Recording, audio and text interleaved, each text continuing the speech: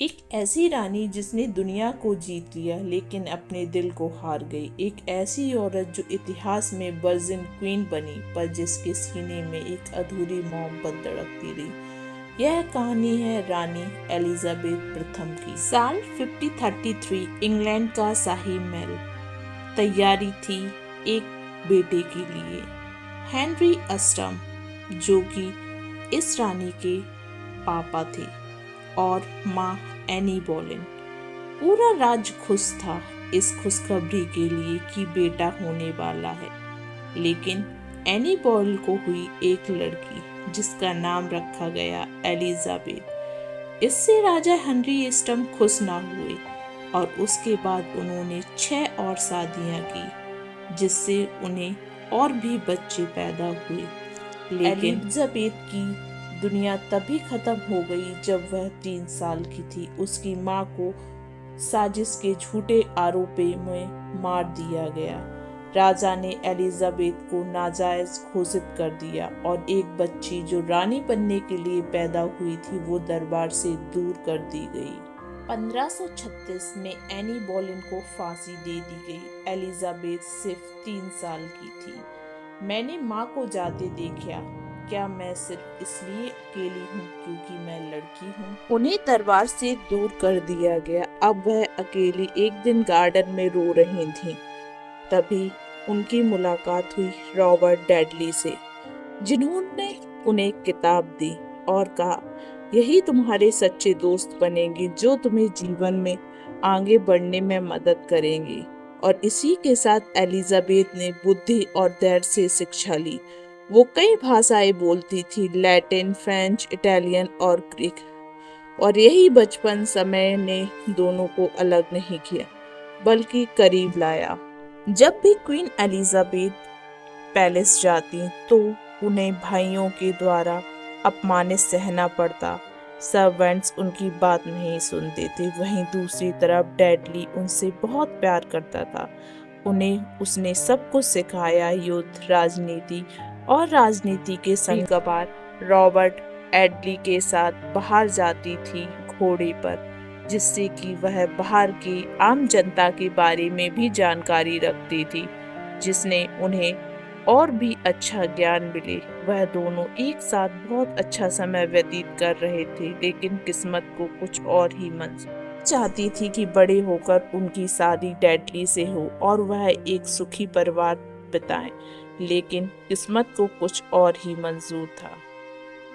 इसी दौरान हेनरी 8 की मृत्यु हो जाती है और पैलेस में उनके लिए गेट खुल जाते हैं। जब वह वहां पहुंचती हैं तो लोग बाग इसके लिए लड़ रहे थे कि नया उत्तराधिकारी कौन होगा, और उसी टाइम एडवर्ड को नया उत्तराधिकारी बनाया जाता है। अब पैलेस में ही रहने लगी थी, लेकिन वह डैडली से फिर भी मिलती रहती थी। लेकिन हेनरी की भी मृत्यु हो जाती है बीमारी के कारण, और फिर उनकी बहन मैरी को रानी बनाया जाता है, जो कि एक बहुत ही क्रूर रानी थी और वह बहुत ही ज़्यादा कैथोलिक सपोर्टर थी।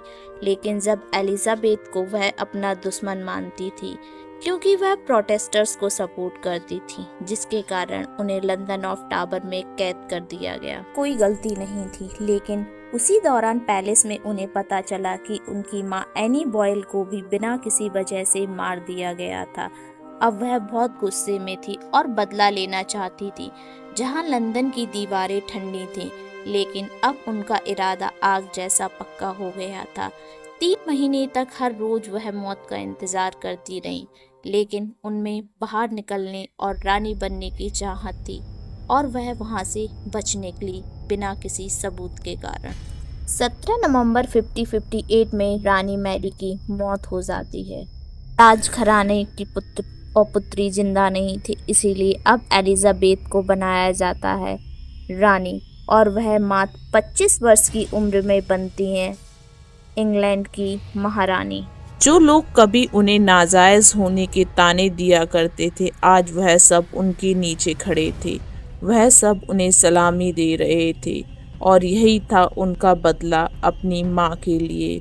अब वह अपना बदला ले चुकी थीं। अपने दुश्मनों को मार दिया था या उन्हें अपना गुलाम बना लिया था, और अब एलिजाबेथ युग की शुरुआत होती है। 59 में चर्च ऑफ इंग्लैंड को पुनः स्थापित किया गया, शांति और धार्मिक सहिष्णुता की नीति अपनाई गई, शेक्सपियर जैसे महान कलाकारों का योग हुआ, विदेशों में खोज, व्यापार, ईस्ट इंडिया कंपनी की नींव रखी गई। 1600 में उनका मानना था सिर्फ तलवार नहीं, कलम और कला से भी साम्राज्य बनते हैं और चलाए जाते हैं। 58 में स्पेन का हमला, स्पेनिश आर्मेडा, एलिजाबेथ ने सेना के सामने भाषण दिया, मैं एक औरत का तन लेकर जन्मी हूँ, पर मेरा हृदय और आत्मा एक राजा का है। और इस तरह उनकी युद्ध नीति के कारण इंग्लैंड की जीत होती है कि बहुत बुरी तरह से नौसेना हार जाती है।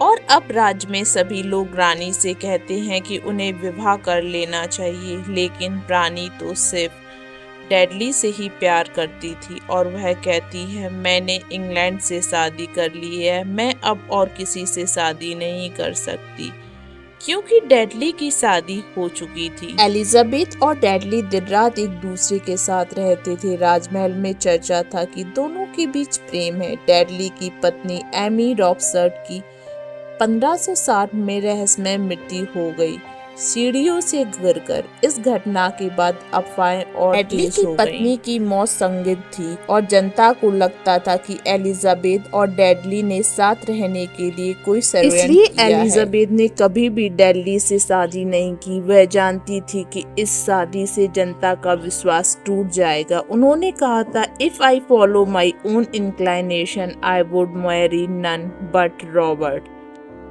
जब 1588 में रॉबर्ट डैडली की मृत्यु हुई, एलिजाबेथ को बहुत गहरा आघात पहुंचा। उन्होंने उसके आखिरी पत्र हमेशा अपने पास रखा, उसे हिज लास्ट लेटर कहती थी। कहा जाता है कि जब भी वह दुखी होती थी, उस पुत्र को पढ़ा करती थी।